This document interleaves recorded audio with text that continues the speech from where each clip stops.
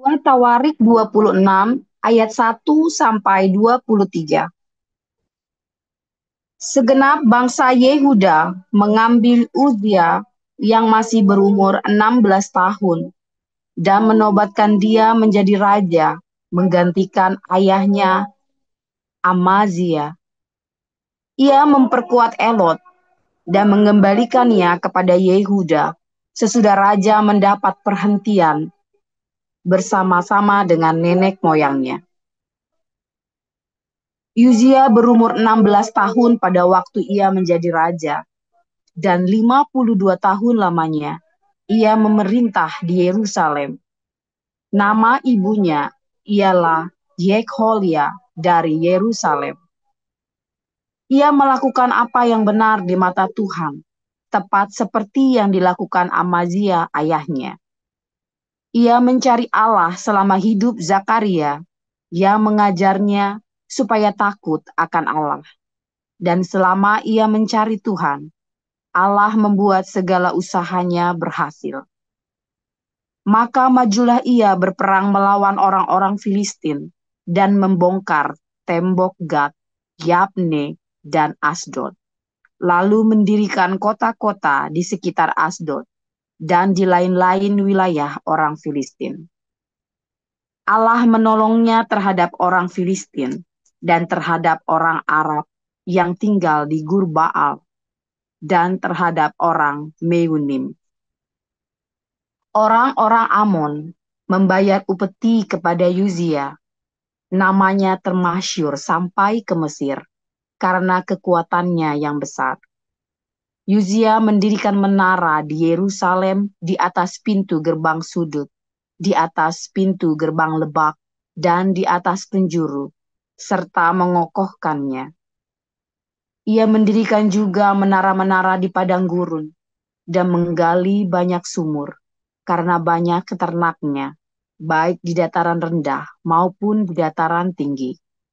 Juga ia mempunyai petani-petani dan penjaga-penjaga kebun anggur di gunung-gunung dan di tanah yang subur, karena ia suka pada pertanian. Selain itu, Uzia mempunyai tentara yang sanggup berperang, yang maju berperang dalam laskar-laskar menurut jumlah anak buah yang dicatat oleh Panitera Yeyel dan penata usaha Maasea di bawah pimpinan Hanaya, salah seorang panglima raja. Kepala-kepala puak pahlawan-pahlawan yang gagah perkasa itu seluruhnya berjumlah 2.600 orang. Di bawah pimpinan mereka terdapat satu bala tentara terdiri dari 307.500 orang yang gagah perkasa dalam berperang untuk membantu raja dalam menghadapi musuh. Uzia memperlengkapi seluruh tentara itu dengan perisai, tombak, ketopong, baju zirah, busur, dan batu umban. Ia membuat juga di Yerusalem alat-alat perang, ciptaan seorang ahli yang dapat menembakkan anak panah dan batu besar untuk ditempatkan di atas menara-menara dan penjuru-penjuru. Nama raja itu termasyur sampai ke negeri-negeri yang jauh, karena ia ditolong dengan ajaib sehingga menjadi kuat. Setelah ia menjadi kuat, ia menjadi tinggi hati, sehingga ia melakukan hal yang merusak. Ia berubah setia kepada Tuhan Allahnya dan memasuki bait Tuhan untuk membakar ukupan di atas mezbah pembakaran ukupan. Tetapi Imam Azaria mengikutinya dari belakang bersama-sama 80 imam Tuhan, orang-orang yang tegas. Mereka berdiri di depan Raja Uzia dan berkata kepadanya, "Hai Uzia, engkau tidak berhak membakar ukupan kepada Tuhan. Hanyalah imam-imam keturunan Harun yang telah dikuduskan yang berhak membakar ukupan. keluarlah dari tempat kudus ini, karena engkau telah berubah setia. Engkau tidak akan memperoleh kehormatan dari Tuhan Allah karena hal ini. Tetapi Uzia dengan bokor ukupan di tangannya untuk dibakar, menjadi marah. Sementara amarahnya meluap terhadap para imam, timbullah penyakit kusta pada dahinya di hadapan para imam di rumah Tuhan dekat mezbah pembakaran ukupan. Imam kepala Azaria dan semua imam lainnya memandang kepadanya, dan sesungguhnya ia sakit kusta pada dahinya. Cepat-cepat mereka mengusirnya dari sana, dan ia sendiri tergesa-gesa keluar, karena Tuhan telah menimpakan tulah kepadanya. Raja Uzia sakit kusta sampai kepada hari matinya. Dan sebagai orang yang sakit kusta, ia tinggal dalam sebuah rumah pengasingan, karena ia dikucilkan dari rumah Tuhan. Dan Yotam anaknya mengepalai istana raja dan menjalankan pemerintahan atas rakyat negeri itu. Selebihnya dari riwayat Uzia, dari awal sampai akhir, ditulis oleh Nabi Yesaya bin Amos. Kemudian Uzia mendapat perhentian bersama-sama dengan nenek moyangnya, dan ia dikuburkan di samping nenek moyangnya, di ladang dekat pekuburan raja-raja.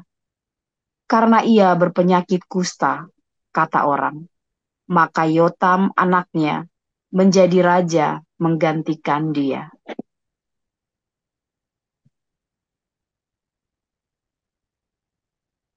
Baik, saya lanjutkan.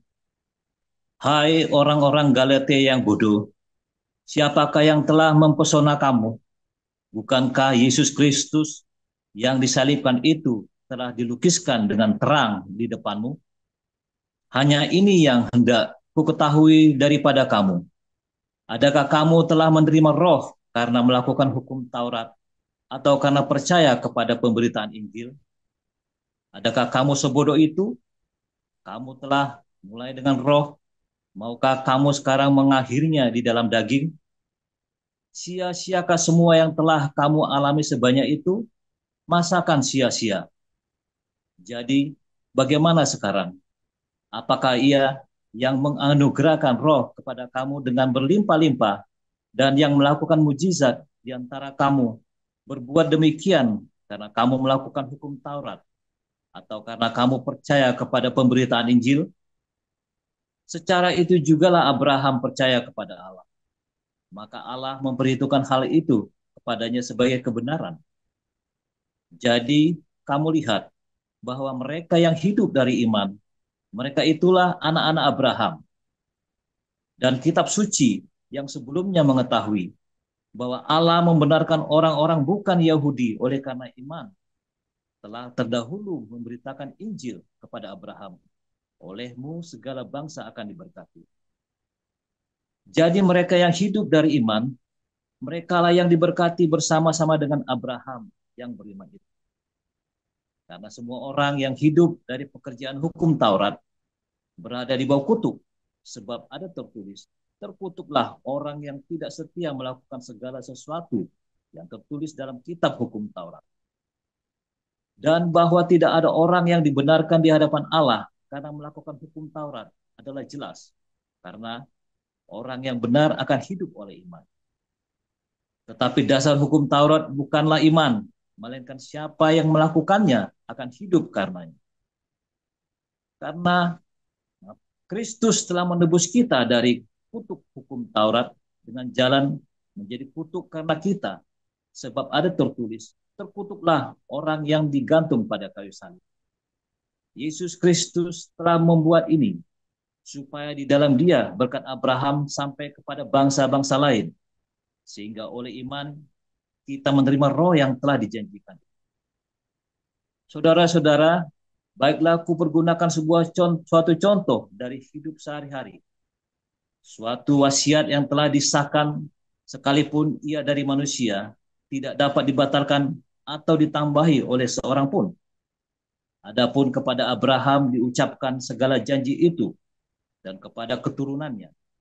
Tidak dikatakan kepada keturunan-keturunannya, seolah-olah dimaksud banyak orang, tetapi hanya satu orang, dan kepada keturunanmu, yaitu Kristus. Maksudku ialah, janji yang sebelumnya telah disahkan Allah tidak dapat dibatalkan oleh hukum Taurat yang baru terbit 430 tahun kemudian, sehingga janji itu hilang kekuatannya. Sebab, jikalau apa yang ditentukan Allah berasal dari hukum Taurat, ia tidak berasal dari janji, tetapi justru oleh janjilah Allah telah menganugerahkan kasih karunia-Nya pada Abraham. Kalau demikian, apakah maksudnya hukum Taurat? Ia ditambahkan oleh karena pelanggaran-pelanggaran sampai datang keturunan yang dimaksud oleh janji itu.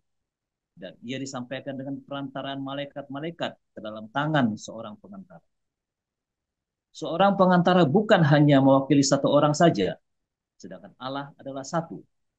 Kalau demikian, bertentangankah hukum Taurat dengan janji-janji Allah? Sekali-kali tidak. Sebab, andai kata hukum Taurat diberikan sebagai sesuatu yang dapat menghidupkan, maka memang kebenaran berasal dari hukum Taurat. Tetapi kitab suci telah mengurung segala sesuatu di bawah kekuasaan dosa, supaya oleh karena iman dalam Yesus Kristus, janji itu diberikan kepada mereka yang percaya. Sebelum iman itu datang, kita berada di bawah pengawalan hukum Taurat dan dikurung sampai iman itu telah dinyatakan. Jadi hukum Taurat adalah penuntun bagi kita sampai Kristus datang, supaya kita dibenarkan karena iman. Sekarang iman itu telah datang, karena itu kita tidak berada lagi di bawah pengawasan penuntun. Sebab kamu semua adalah anak-anak Allah karena iman di dalam Kristus Yesus. Karena kamu semua yang dibaptis dalam Kristus telah mengenakan Kristus. Dalam hal ini tidak ada orang Yahudi atau orang Yunan, tidak ada hamba atau orang merdeka, tidak ada laki-laki atau perempuan, karena kamu semua adalah satu di dalam Kristus Yesus.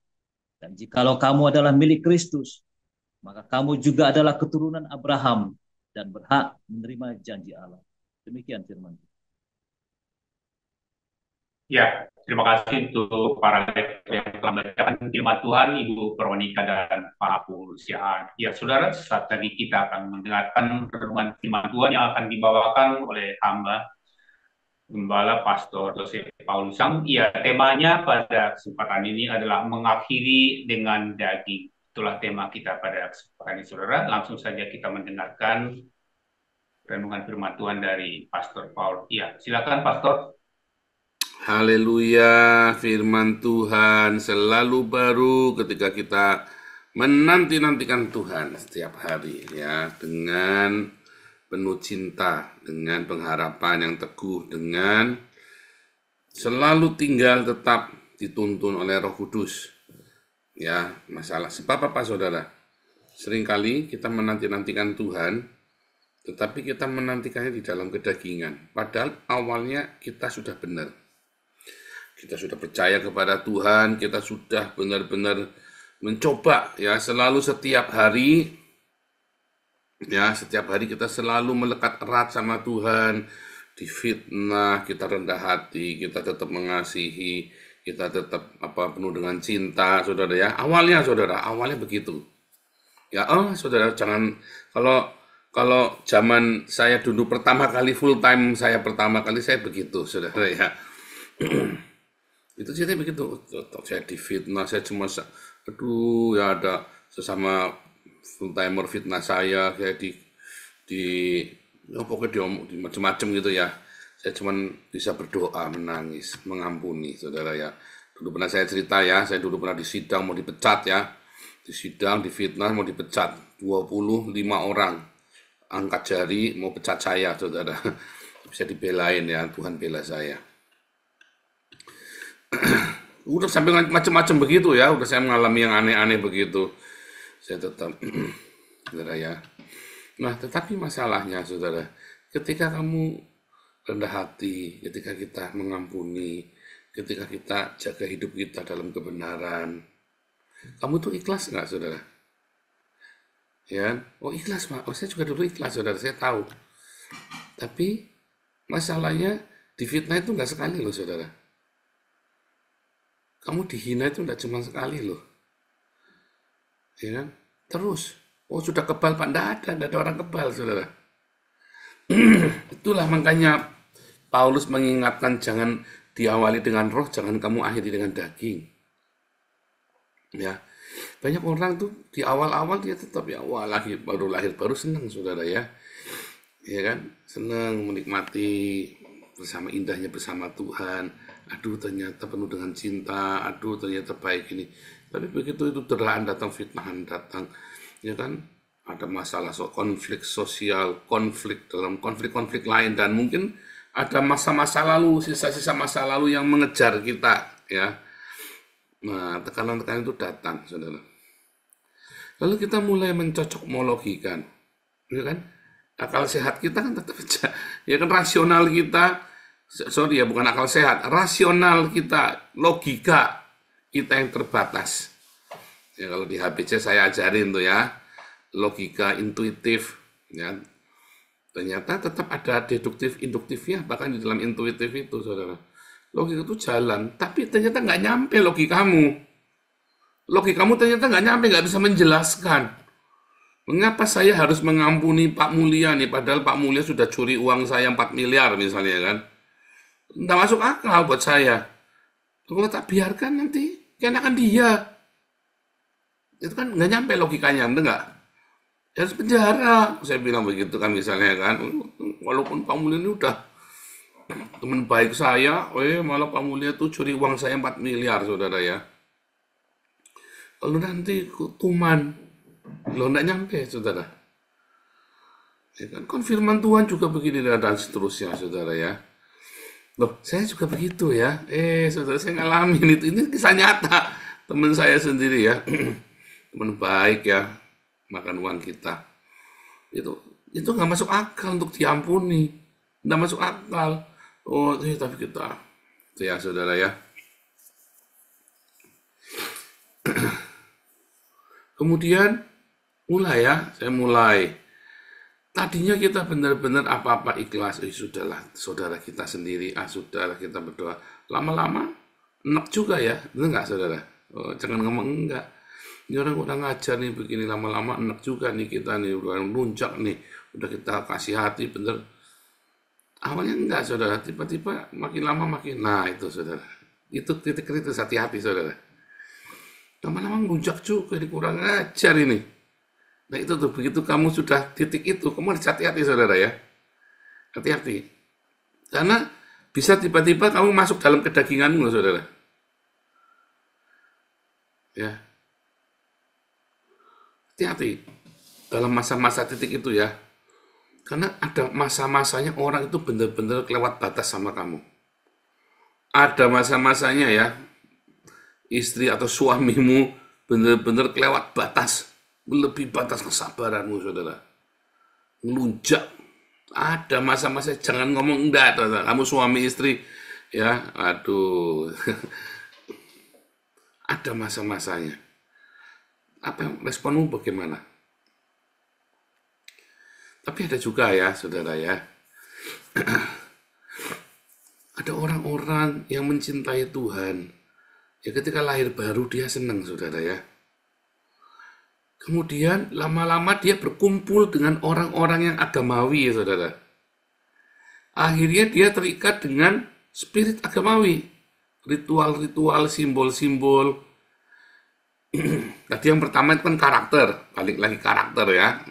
Yang pertama itu mentok. Nah yang kedua ada lagi ya saudara ya, orang yang terikat, yang tadinya lahir baru, dia penuh dengan sukacita, dia tahu dia harus mengasihi, dia tahu dia harus mengampuni, tapi kemudian dia ketemu dengan ritual dan simbol-simbol. Maka dia merasa jati dirinya dia, kekristenan, simbol dan ritual itu, jati dirinya dia itu ada di dalam simbol-simbol dan ritual. Lalu kamu mulai memakai simbol itu, misalnya salib. ketika kamu gunakan salib itu, kamu merasa kamu holy, saudara, suci. Ingat karakter ya. Tadi sudah saya ceritakan ya. Kesucian itu salah satu karakter ya. Lalu kamu pegang itu salib itu, kamu senang, aduh rasanya suci, saudara. Padahal kesucian itu bukan ketika kamu mengenakan simbol itu loh. Tapi rasanya kamu dekat, melekat erat sama Tuhan. Tadinya kamu nggak tahu tentang simbol-simbol itu. Ya, oh saya juga pernah, jangan ngomong enggak, saya juga pernah. Ya, dulu saya senangnya bau-bau Israel ya, saudara ya. Senang gitu ya. Ini kalau ada sesuatu yang begitu, menorah lah, apa kalung, apa namanya, bintang Daud lah, apa segala macam ya. Tapi semua udah dibuangin, dah urusan ya sekarang ya, saudara ya. Kalau ada pun tuh saya dikasih sama dokter gigi Steve, itu pemain saksofon, saya dikasih ya. Tapi juga nggak berarti apa-apa buat saya ya. Itu simbol-simbol begitu. Dan kemudian saya memberhalakan. Nggak sengaja, saudara ya. Memberhalakan karena saya begitu mengagumi, begitu mencintai Israel. Misalnya ya, oh, ini suci nih, sesuatu. Itu juga sama, saudara. Atau kalung salib lah, simbol apapun, minyak urapan. Ya. Nah, itu juga daging, saudara. Kamu memulai pelayanan, kamu memulai hidupmu bersama Tuhan ya di dalam Roh Kudus. Kamu tahu kelahiran baru, ada sukacita, ya kan? Tuhan jamah hidupmu, kamu mulai dalam setiap hari kamu metanoia, karakter kamu dirubah. Nah, rata-rata kemudian orang karena kumpul ya dengan identitas itu ya. Maka dia mulai itu. Lalu dia mulai berbau-bau itu, saudara. Saya sudah ngeliat banyak orang ya, hamba-hamba Tuhan yang tadinya baik gitu ya. Kayak Lukas, Yakub itu tadinya baik loh, saudara. Akhirnya dia menjadi sangat Yahweh. Ya. Kalau enggak ini, kamu enggak selamat, saudara. Padahal tadinya enggak loh. Ini keluarga baik. Stephen Agustinus, Yakub, Lukas itu ya, itu kan hamba Tuhan semua, itu hebat-hebat itu. Orang tuanya juga pendeta ya, di Malang ya, di Comal. Itu orang hebat-hebat, saudara. Keluarganya Yakub, Lukas segala macam. Lama-lama Yahweh jadi nyentrik, saudara ya. Lalu dia mulai masuk dalam simbol-simbol itu. Mereka tidak lagi kemudian mengajarkan karakter. Tapi mereka mengajarkan simbol-simbol. Kalau kamu ndak ini, kamu akan masuk neraka. Kalau ndak kamu melakukan ini, sama, saudara, itu pengaruh banyak sekali, saudara. Saya banyak ketemu orang-orang Kristen yang begitu. Loh, beberapa penganut Bahtera ada yang begitu loh, saudara ya. Saya bilang nggak ada yang begitu. Saya bilang, kalau kamu nggak ikut Bahtera, kamu nanti rapture, kamu nggak ikut naik itu. Karena kan namanya Bahtera. Ya akhirnya karakternya ada karu-karuan orang-orang ini, saudara. Orang yang begitu mencintai simbol-simbol, ya, tidak mungkin dia bisa hidup di dalam roh, saudara. Tidak mungkin.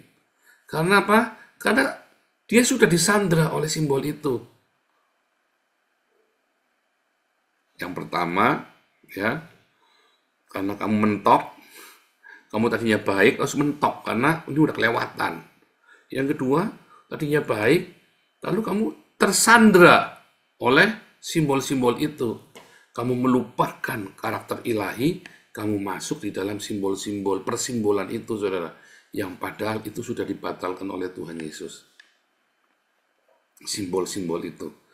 Simbol-simbol itu menyandra, saudara. Menyandra pertumbuhan rohanimu. Hati-hati ya, saudara ya. Simbol-simbol itu menyandra pertumbuhan rohani. Begitu dia sudah pakai jubah, udah pakai segala macam, dia merasanya sudah suci, saudara.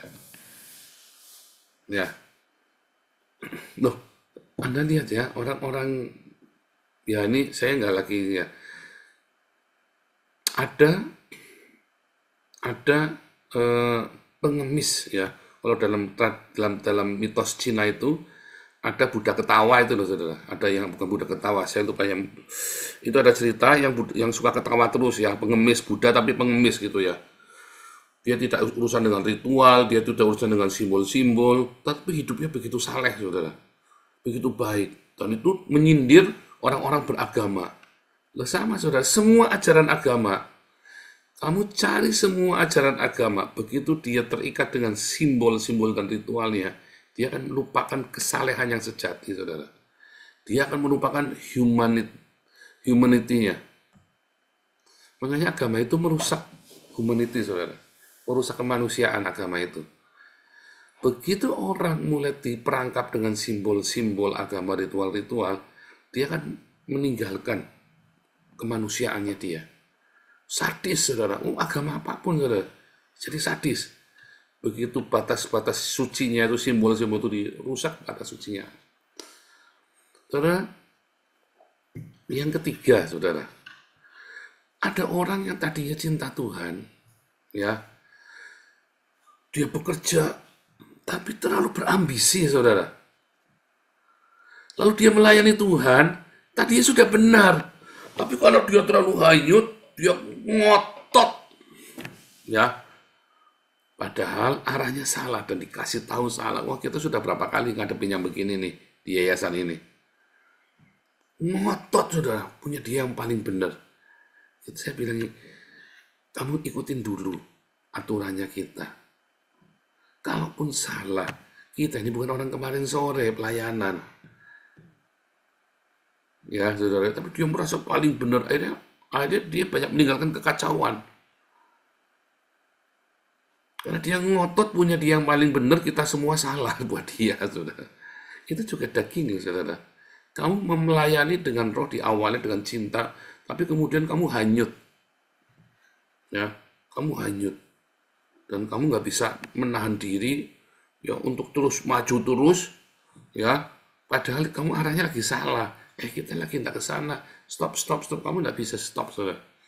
Unstoppable katanya kan. Tuh, hati-hati tuh, saudara. Kita bekerja di dalam komunitas supaya kita saling mengingatkan satu sama lain. Tapi kalau orang ini nggak bisa diingatkan, dia sedang bekerja dalam daging juga loh. Ya, di awalnya dia baik. Loh, saya juga pernah mengalami ini yang begini ya.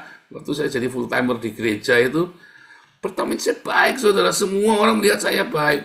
Lama-lama saya bikin proyek-proyek, saya jadi ambisius. Akhirnya saya jadi ambisius. Kita semua itu bisa mengalami itu. Sekarang usia saya sudah 50 tahun ya. Saya sudah berhati-hati, saudara. Ya, ketika kita mau bikin proyek Den Haag pun, aduh, saya sebetulnya nggak mau. Ya, pasti kita berdoa, kita bergumul. Ya, apalagi Koden itu kan juga, buat apa sih bikin gereja? Ya kan? Buat apa sih bikin organisasi gereja itu? Nah, tetapi terus saya melihat kita membaptis orang, ditelantarkan semua orang-orang ini kita muridkan, dan ke gereja, sama pendetanya ditelantarkan, malah ada yang tidak diurusi, malah dikucilkan. Akhirnya kita bikin sendiri saja. Nah, itu hati-hati, saudara ya. Itu juga ketika kita ngotot dalam pelayanan kita, dan kita tidak serahkan sama Tuhan, terus kita mulai menghalalkan segala macam, kita shortcut terus ya, yang harusnya kita selalu komunikasi. Ya, ini apalagi gini ya, pengurus yayasan paling sering begini nih. Ya kalau yayasan nggak membayarin, yang penting proyek ini jalan saya yang bayarin. Loh, bukan begitu cara kerjanya, saudara.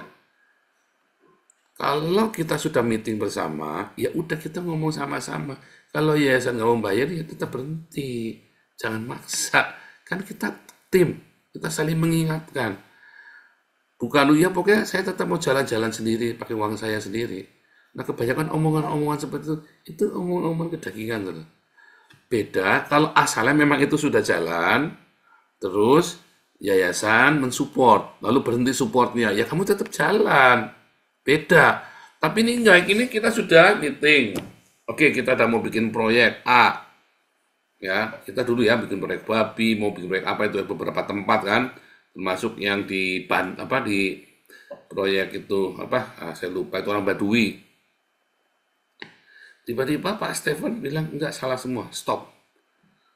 Wah, saya kaget, saudara ya. Waduh, saya nggak terima tuh di stop begitu. Saya diam, saudara. Terus saya bilang, kita Pak Stephen benar. Siapa yang mau kontrol? Bagaimana ininya? Satu-satu ditungsung ya Pak Stephen. 1 tahun kita berhenti, saudara. Untung kita berhenti. Untung kita nurut Pak Stefan waktu itu. Ya. Tetapi ada beberapa, ya kalau nggak mau ya kita biayai sendiri. Nah, itu salah, saudara.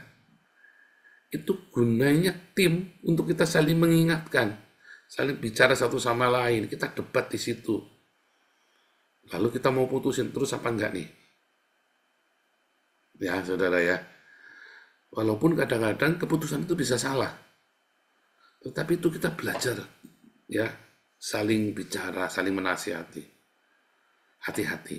Segala hal yang kamu awali dengan roh bisa berakhir dalam daging. Kamu harus selalu mau diajar, lemah lembut hatimu. Ya, sombong, aku nggak ada, tak cari duit sendiri. Itu salah, saudara ya. Itu salah. Belajar mau rendah hati, dengarkan nasihat orang lain. Ya, Tuhan Yesus memberkati.